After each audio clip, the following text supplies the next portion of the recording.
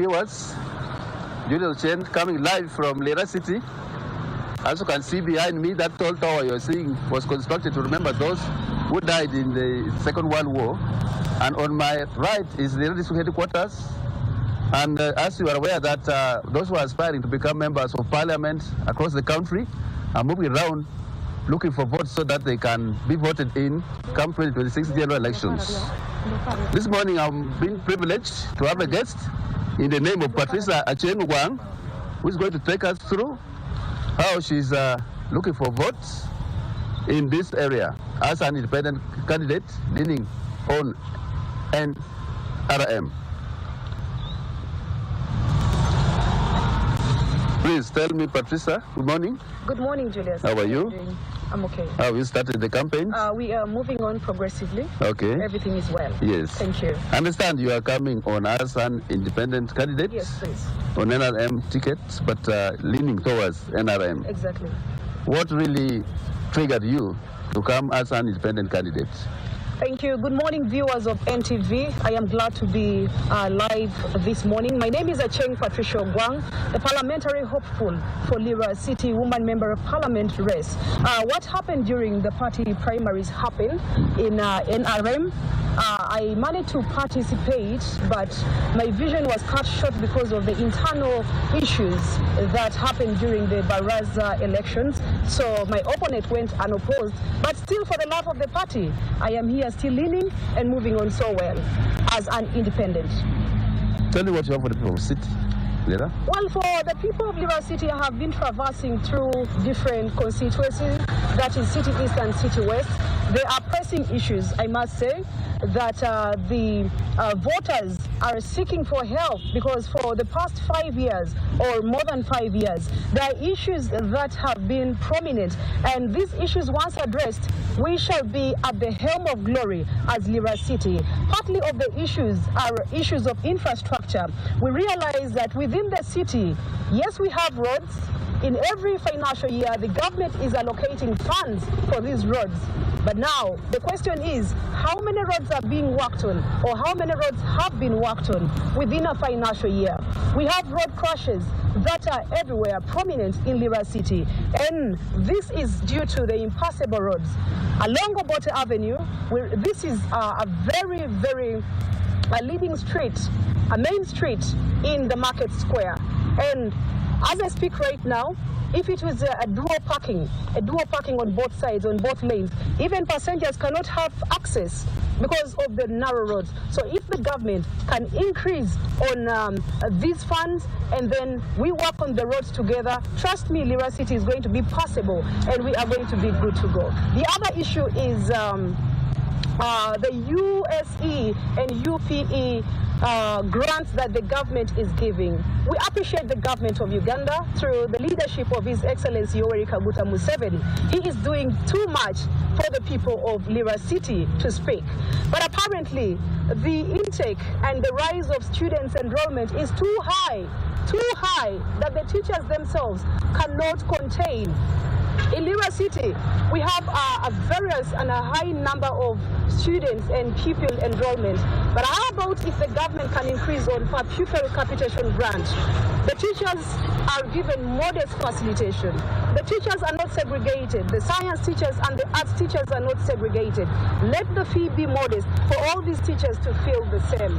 Let us increase on the infrastructures in the schools so that our learners can also have a life to live and then finish their education at a convenient place and location. The issue of development within the city. Lira City is developing very fast, rapidly, and we thank the government for giving us a city status. But as I speak right now, we have businessmen who have brought into place ideas, development ideas. I want to take you back to being independent. Do you think that would affect the current flag bearer? In every battle, we battle to race and we battle to win. So it could affect the opponent, but I am here because the law of the country permits any candidate so long as you are capable, so long as you have the potential, so long as you have the requirement to contest. So we are both battling for this seat. Okay. Yes. Thank you so much for your time, Patricia. That has been Patricia Achengugwang, who took us through as is contesting to become Member of Parliament for Lira City. And here, Dr. Jane Chengushero is the flag bearer for NRM, who is also contesting among 9 contestants in this area. Thank you so much. Now I take you back to Stephen in the studio in Kampala. Julius Chen reporting for NTV here in Lira City. Good morning. Yes, morning to you, Chen. Thank you so much. It's morning at NTV. Stephen Imbide on Fefeswechbuga. I'm coming to you from Makerere University. We know that these campaigns are coming at a time when we are in a digital generation. But are the candidates occupying and taking advantage of these digital spaces, talking about X, talking about Zoom and the like, to reach the masses out there with their messages? But also, are these messages they're passing out, are they resonating with the demands and needs of the young people, those who are in university, secondary and out of university, those who are in the informal sector?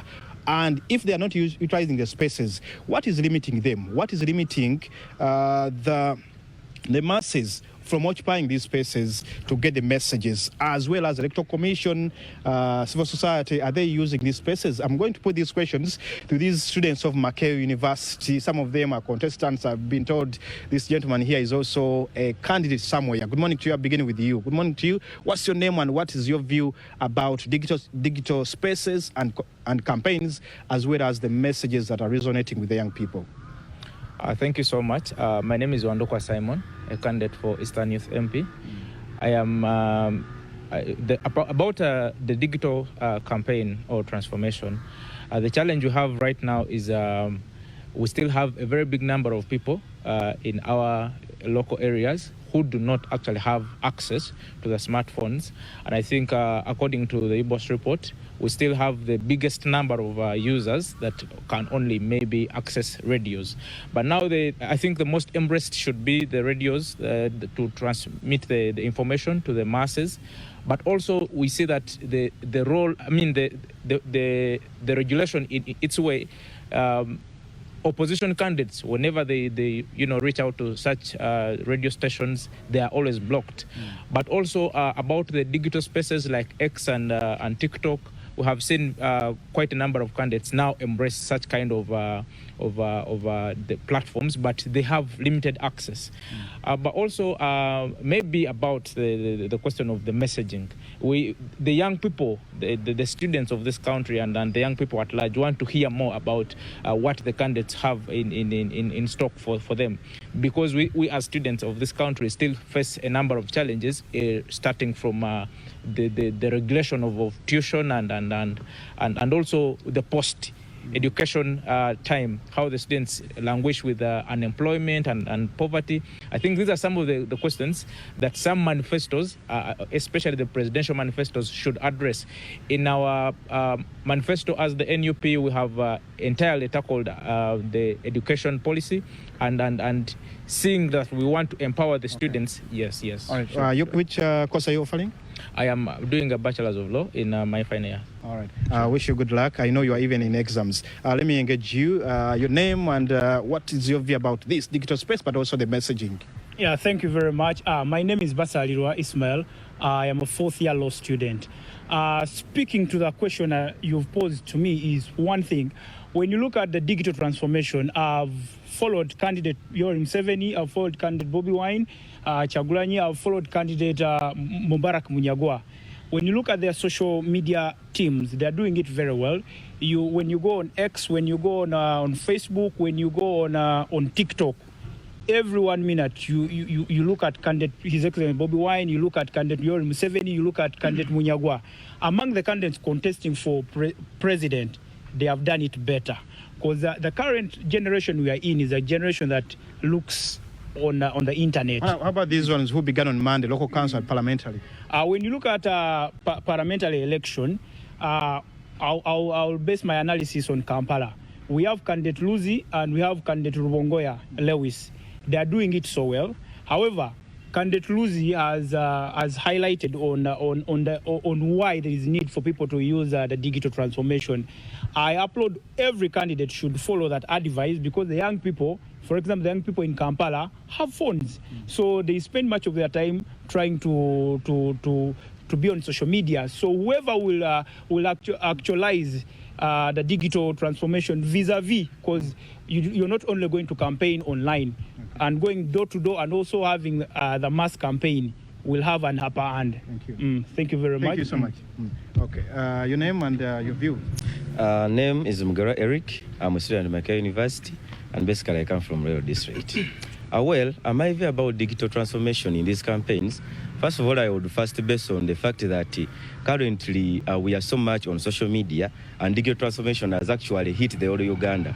So what I would say in this case is that it has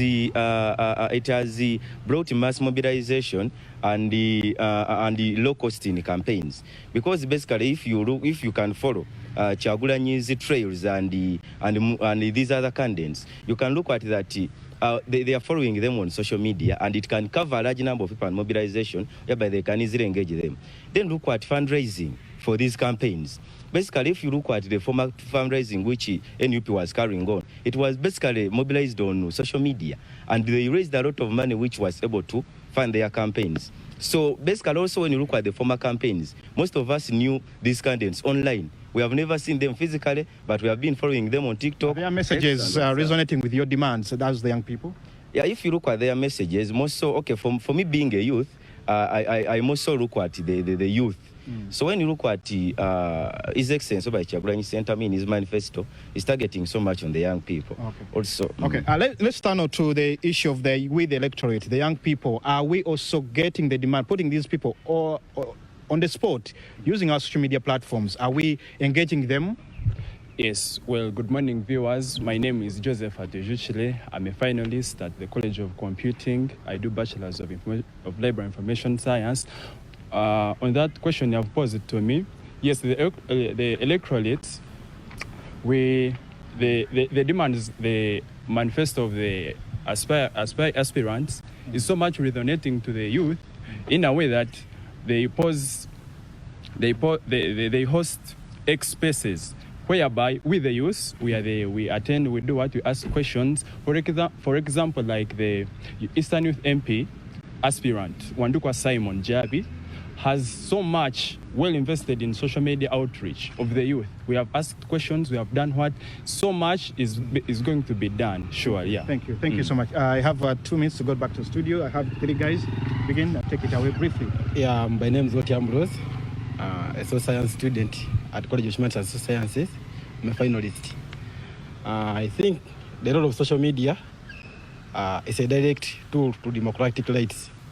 I'll give you an example right now of His Excellency Kyagulanyi Robert. He usually tells his supporters, because there's a camera yongi chokulwanyisa. So meaning, the camera, that social media, exposes all unethical political behaviors. So I think we are aware of to go with social media. Okay. Let me know, Ambrose. What is limiting so many people from using social media, the candidates but also the supporters, from following these wherever they go, wherever their campaigns are? What is limiting the people? I'm by the names of Wassa Davis. Third-year student in economics at the College of Business and Management Sciences.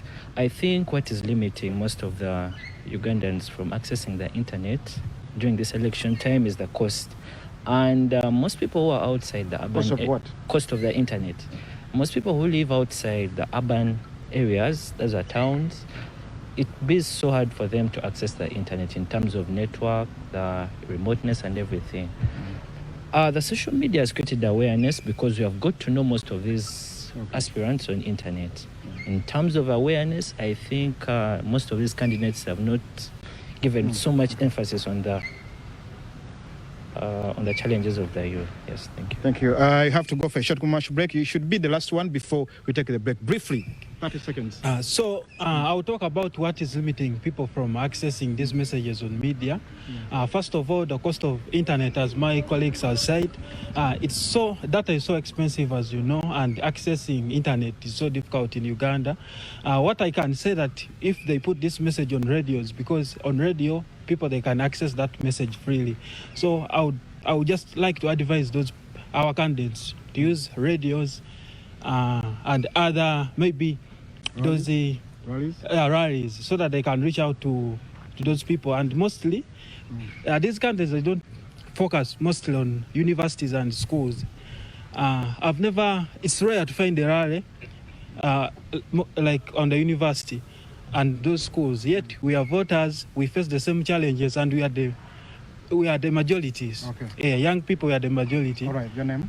Ronald Kakaire. Thank you so much. Because of time, I have to stop with Ronald Kakaire, but I think the candidates, we've heard their voices and they are representing. It's just a sample of the views of the young people, but also the demands, your messages resonating with the demands of these young people. Stephen Imbido on Fefeso Echibuga. We take a short commercial break. Morning at NTV continues so shortly.